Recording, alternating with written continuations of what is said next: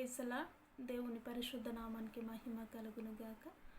చక్కటి అవకాశాన్ని దయచేసిన దేవాతి దేవుడికి ప్రత్యేకమైనటువంటి వందనాలు తెలియచేస్తూ ఉంటున్నాను. ఈ ప్రత్యేకమైనటువంటి సమయంలో పరిశుద్ధ గ్రంథంలో నుండి మనము ఒక లేఖనాన్ని చూసుకుందాం. గలతీలకు రాసిన పత్రిక 5వ అధ్యాయము 25వ వచనాన్ని మనం చూసుకుందాం. మనము ఆత్మను అనుసరించి జీవించుచున్న వారమైతిమా, ఆత్మను అనుసరించి క్రమముగా నడుచుకుందుమా, ఒకరినొకరు వివాదమునకు రేపకయు, ఒకరి అందొకరము అసూయపడకయు, వృధాగా అతిశయపడకయు ఉందము.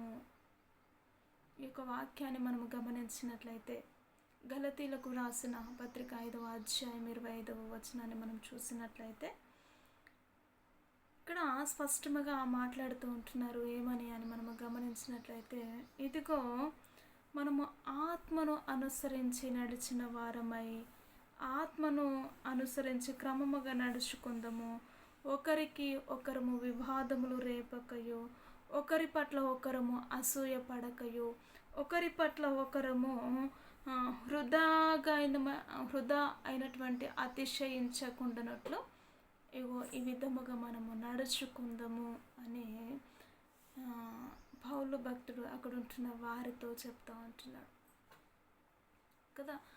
ఎందుకు పౌలు గారు ఆ మాటలు చెప్పాల్సి వచ్చిందని మనము గమనించినట్లయితే, నిజముగా పౌలు గారు అంటారు ఒక వచనములో, నేను క్రీస్తును పోలి నడిచినట్లుగా మీరు నన్ను పోలి నడుచుకునుడి అని చెప్పారు కదా. అయితే క్రీస్తు స్వభావమును ఎవరైతే ధరించుకుంటారో, క్రీస్తు ఆలోచన ప్రకారము క్రీస్తుని ఎవరైతే ఉత్తముడని రుచి చూస్తారో, ఆయన అడుగుజాడలో నడవాలి అని ఆశపడతారో, వారు ఇలాంటి కలహాలకు చోటివ్వరు, ఈర్షకు చోటివ్వరు, అసూయకు చోటివ్వరు. అలాంటి మార్గములో నడవాలి అంటే వారు నడుచుకోలేరండి. వారు నడవడమే కాదు కానీ పక్క వారిని కూడా ఆ విధముగా మార్చాలి. ఇదిగో మనము ఏ విధమైనటువంటి దాని చేత నడుస్తూ ఉంటున్నాం, మనము ఆత్మ సంబంధులము కనుక మనలో ఈ లోకానుసారమైనటువంటి లోకానికి సంబంధించినటువంటి కార్యములు మనలో ఉండడానికి వీల్లేదు అని స్పష్టంగా మాట్లాడుతూ వస్తూ ఉంటున్నాడు. మనము ఆత్మ సంబంధులము కనుక మనము ఆత్మానుసరమైనటువంటి జీవితాన్ని జీవించే వారమై ఉండాలి అని స్పష్టంగా తెలియచేస్తూ ఉంటున్నారు కదా. ఒకరి యందు ఒకరు అసూయపడకయు, వృధాగా అతిశయపడుకుందుము. వేస్ట్గా ఒకరిపైన ఒకరము మనము అతిశయపడకుండా జీవించాలి అని చెప్తా ఉంటున్నారు.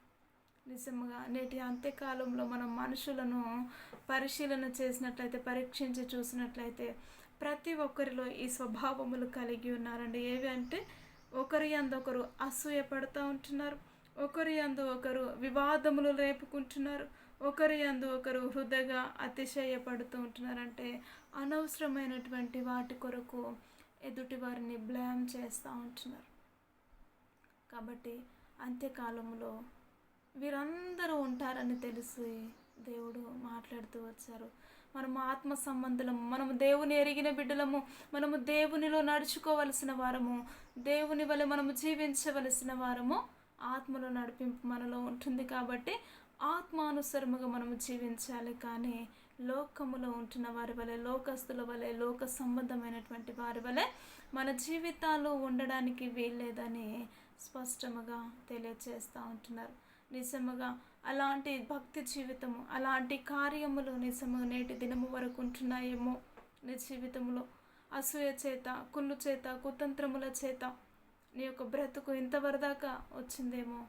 దేవుడు అంటున్నాడు, ఆ బ్రతుకును నువ్వు తీసివే, నేను నూతన హృదయాన్ని నీకు ఇస్తాను, నువ్వు అద్భుతమైనటువంటి రీతిలో దేవుని సన్నిధిలో జీవించగలుగుతావు. అట్టి కార్యములను, అట్టి నడిపింపును దేవుడు నీకు అనుగ్రహించలాగున ప్రార్థన చేద్దాం. ప్రతి ఒక్కరం ఏకీభవించినట్లయితే, సకల ఆశీర్వాదములకు కారణభూతుడా నీకు వందనాలు. నిజముగా నీ సన్నిధిలో ప్రభువ, మేము ఆత్మ సంబంధులము కనుక మేము ఆత్మానుసరమైనటువంటి జీవితాన్ని జీవించగలిగిన కృప ధన్యతను మీరు దయచేయమని అడుగుతూ ఉంటున్నాను. నిత్యము నీ సన్నిధిలో వెలుగునిచ్చేవారిగా వెలుగు సంబంధుల వలె జీవించగలిగిన కృపను మాకు మీరే దయచేయమని యేసుక్రీస్తు ఉన్నతమైనటువంటి నామంలో ప్రార్థించి అడిగి వేడుకుంటున్నాము తండ్రి. Amen. Amen. Praise the Lord అందరికీ.